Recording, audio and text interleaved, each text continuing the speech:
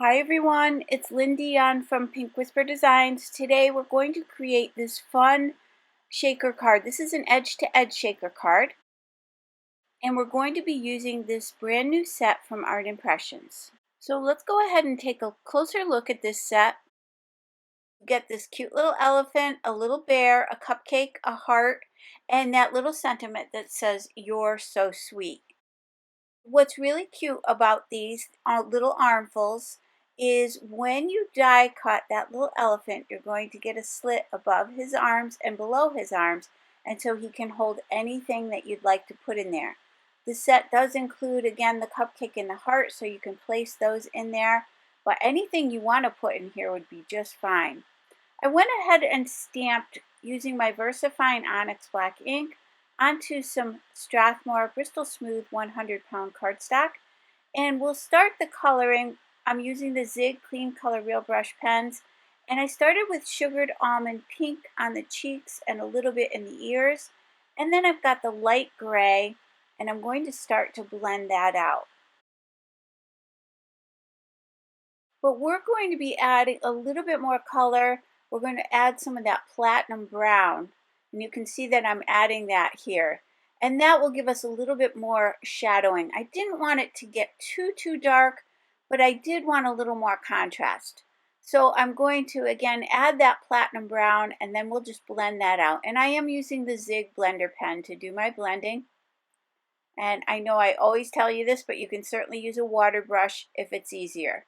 I do find the blender a little bit easier to control the amount of fluid that I have so the paper doesn't get too wet, but either way will work just fine. And all the colors I'm using today are listed in the upper left-hand corner as we're going along. And I have done two different videos with the other image from this set, that little bear. I did a cute little card that's a hexagon shaped card, and in the video I'll show you how to create that. And it's got some stencil paste on it. We're going to create like a little honeycomb. He'll also be holding like a little jar of honey. So that was fun. And then I also did another one where we'll use stencil paste to create this really pretty sparkly background. So if you want to check those out, again, I'll list and link those down below for you, as well as on my blog. And you can see how cute these little images are. You don't necessarily have to use this armful technique. You could use these little stamps for just about anything.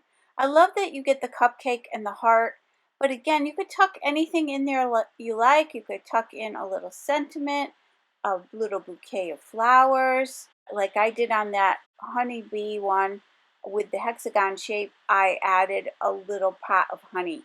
So have some fun with these and get creative. I'm switching over to the yellow to do the overalls. I wanted these to be kind of a peachy color. So I'm adding the bright yellow, which has more of an orangey tone to it. And I'm going to basically blend these two colors together. I want to get that peach tone. But the bright yellow will also give me a little bit of that shadowing that I'm looking for as well. Now you could certainly do some paper piecing if you prefer. You would just stamp your image onto some pattern paper, and you could cut out those little overalls and glue them right onto the card. So if you're not too sure about your blending and shading, you can always take that approach as well. Now again, you can see that I'm adding a little bit more now of a darker color. I decided to come in with the scarlet red, and because I just didn't think that that bright yellow gave me enough of a shadow. So with the bright red, you can see I can get a little bit more of that shadowing, but it's still keeping that kind of peachy tone that I was looking for. So let's start off with a little bit of the beige for the base of the cupcake. I just wanted to have, basically the focus is going to be the little elephant in our beautiful balloon background that we're going to be creating. So I didn't want to take away from that with too much, adding too many other colors. All the wrappers in the gray tone. So I'm using light gray and the platinum brown for a little bit of shadowing. So for the frosting, I'm going to use the pink flamingo. And for the sprinkles, we'll use a variety of colors. And there are the colors up top that I'm using for the little sprinkles. So I've got lilac, light blue, light green. And again, this will add just a little pop of color, but not too much. Now before we do our die cutting, I'm going to grab my Pitt Artist pen. This is the 0.5 millimeter. This is a black permanent pen. I just wanted to add a few little polka dots to his overalls. I'm going to quickly add those. You could use a gel pen here, whatever's easier. And then I've got my steel die cutters, and I'm going to go ahead and separate those dies. And we'll tape those down with a little bit of Post-it tape. And that is where those little slits are going to cut above and below the arms. So you do want to take a little bit of time to make sure you line that die up really well. Let's run those through the Sidekick machine.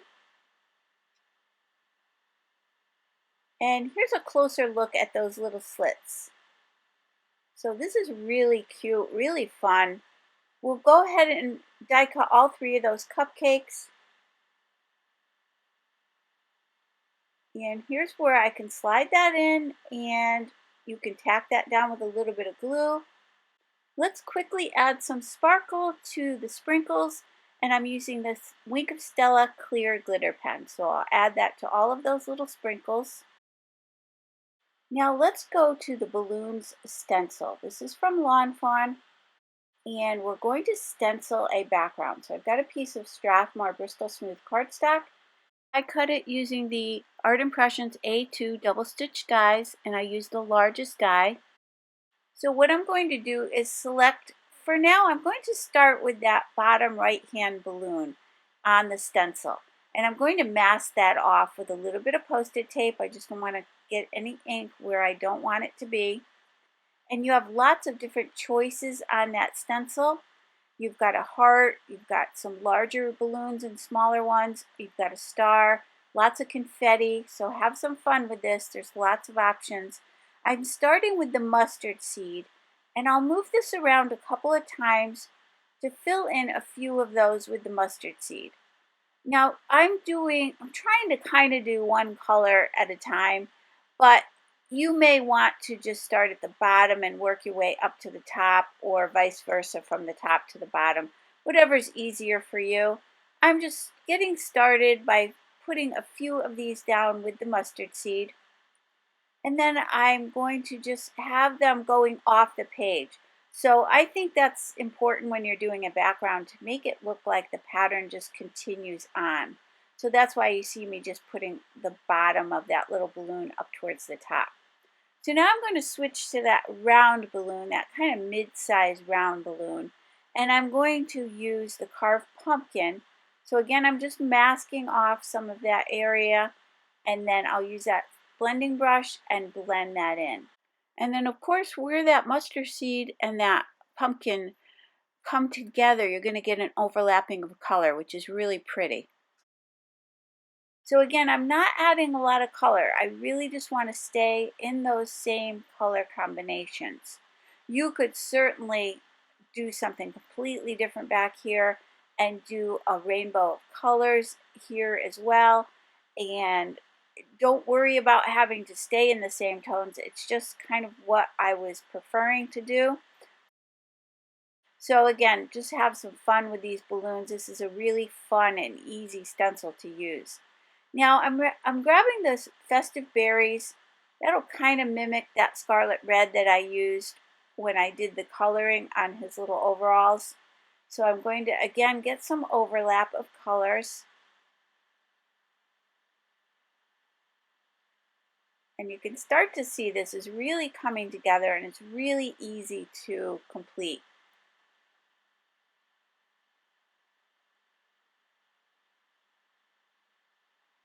And then let's just do the end of another one. Again, I want to make this look like it continues off the page. And I just love these colors together, and I love how they overlap. I just think it's so pretty. Now I did decide to finish up the entire bottom of this panel.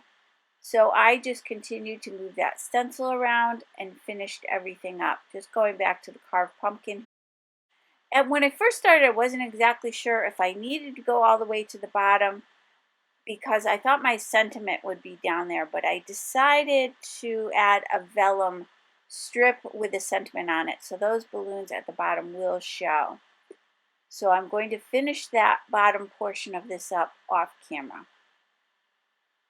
Before I decided to add the rest of those, I decided to do some spattering, and I'm using those same 3 colors. I'm laying them down on my Wendy Vecchi Make Art station. This is a magnetic station that I'm using. And I'm going to spritz those with a little bit of water and then spatter this entire panel. And again, once I finished the balloons at the bottom, I spattered those as well, but I just did that off camera. And this adds a lot of interest, and it kind of brings it together and sort of gives it the feel of confetti in the background. So this is a really easy way to give it that confetti look. And I didn't bother to dry those off in between each color of spattering. I just kind of let those blend together a little bit. So let's set that aside. And here's where I decided to finish up the bottom portion of the panel because my vellum sentiment will show through. So I did that and I spattered that, and then I came back to this panel and decided to spatter it one more time using the Wink of Stella clear glitter. I just squeezed a little bit onto my Wendy Vecchi Make Art station, spritzed it with a little bit of water, and spattered that panel. Now I've got a little plastic pocket that I use to store my stamps in to create our edge-to-edge shaker card. You could use some packaging, but I just decided to cut this down to size. I'm going to quickly heat set my panel just to make sure it's nice and dry. And before I apply that plastic, I wanted to add the little strings to the balloons. So I thought I would bring in some hickory smoke and just add that to the strings. Again, that's just to kind of tie in that light gray color on our little elephant. So I did that for all of those balloons. And now what you want to do is you want to grab some double-sided tape, nice strong adhesive. I'm going to place it on all 4 sides of the back of this panel. And I've got the 1/4 inch double-sided tape. And what I'm going to do is remove that backing from 3 sides of this. We're going to create a little pocket on the back to put our little shaker bits inside. So I've removed the backing from 3 sides, and I've got this plastic that I'm going to place this face down onto, and then I'm going to wrap that plastic around to the back. And you'll need to cut this down to size a little bit, so that's why I just left that top on that little pocket. I'm going to cut that away in a second. So I'm just going to bring up the 2 sides and then the bottom, and then you can cut away any of that excess with your scissors. You could also cut that plastic at a little bit of an angle before you bring up those 2 sides if you prefer that. I'm just going to trim it away after I bring up the sides. And then I trimmed off that top a little bit, and we can now add some of our little shaker elements. And I just love how these bring everything together. And I did include, some of them have like a blue pinky tone to them, but I thought that worked out really well with the colors in the background. So I'm going to remove the backing on that last one, that last side, and then we'll go ahead and tape that down. And again, just cutting away any of that excess. So now we have our little shaker pocket, and look how cute this is. I wanted to add that vellum sentiment, so I've got my journal template die set, and I've shown you this many times. It's got tons and tons of dies in here, and you have these cute little border dies. I thought I would take this scallop border and a little strip of vellum. So the vellum is a little bit longer than the width of our panel, so it's probably about 5.5 or 6 inches long, and I'm going to die cut that edge onto this vellum.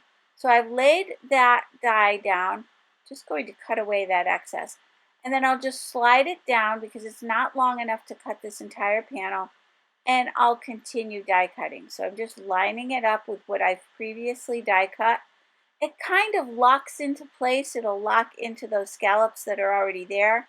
And then you do want to make sure you tape it down really well so it doesn't move as it's going through your machine. And you can cut that border all the way across. So I just flipped it around and cut the other side the exact same way. Now for the sentiment, I'm going to use the sentiment that comes with the set. And again, that says, "You're so sweet." And I want it to be off to the side of my vellum a little bit. So I'm centering that card panel just to see where that placement needs to be. I'm going to pick up that stamp. I've placed it in my Mini Misty stamp positioner. I'm just rubbing off any film on top of that stamp. And then I'm going to put some anti-static powder down onto that vellum because we are going to be embossing this with the Versamark watermark ink pad. So let's go ahead and stamp that. And now I can place some embossing powder. I'm using the Ranger Super Fine Detail White Embossing Powder. This will pick up all the details of that sentiment. We'll go ahead and heat set that, but you do want to make sure that your heat tool is very hot before you start to heat set it. You don't want to warp your vellum too much. So if you get your heat tool nice and hot, you can easily emboss that. Once that's done, I'm going to apply a little bit of tape on each side. I want to wrap this vellum around, so I need to place that a little bit lower. And then I'll place tape around the entire panel as well. And you can see I'm kind of placing it over where that plastic overlaps the cardstock, just to make sure everything is nice and secure. And then I'll place it around the edges, but you certainly don't need to do all of this. You can just place it around the edges of the backing. And once I have plenty of tape back there, I'm going to just remove those two little sections on either side so I can go ahead and wrap my vellum around to the back side. And this is a great technique for vellum because any glues or adhesives that you use, they tend to show. But if you wrap your vellum around to the back or try to find a unique way to attach it, this works really easily, then none of your adhesives will show on your vellum. Gives a nice clean look. So I've just lifted the backing a little bit so that I can easily wrap this around. And again, I want to keep that sentiment off to the left a little bit because we're going to be placing that little elephant and the cupcakes off to the right hand side. So I'm just wrapping it around and securing that. Now I can remove the backing from the entire panel, and we'll go ahead and attach this to our card. I'm just using that Cricut weaving tool to remove that backing. But first, let's create the card base. This measures 4 1/4 by 11 inches. I'm scoring it at 5.5 inches. This will create a standard A2 size top folding card. We can attach this panel to the front. It'll line up exactly the same size.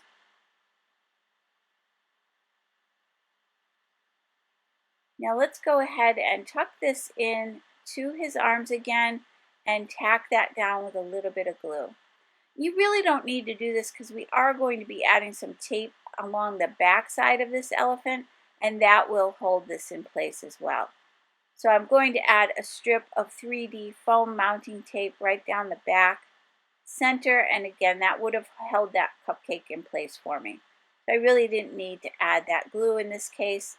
I'll remove the backing from that and we'll pop this down, and look how cute this is. And then for one of the cupcakes, I'm just going to tape it down flat onto the card. I'm using that same 1/4 inch tape. And then for this second one, I thought I would pop it up with a couple little foam squares, just for a little bit more dimension.